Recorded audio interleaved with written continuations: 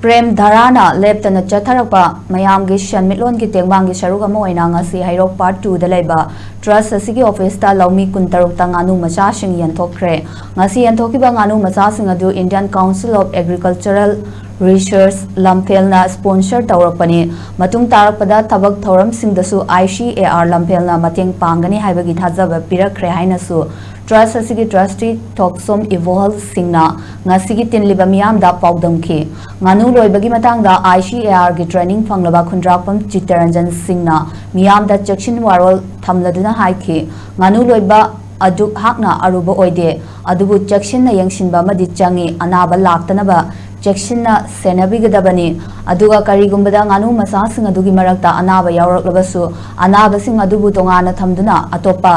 Landanaba Honagadabani, Nganu Machasing Piklingada, Yamdrabada, Anirati Tika, Tadopi Gadabani, Nasimayam the Pijari Banganu Machasing Asidi, ICAR na, Hana Tika Tadokabangakani, Aduna Hausmak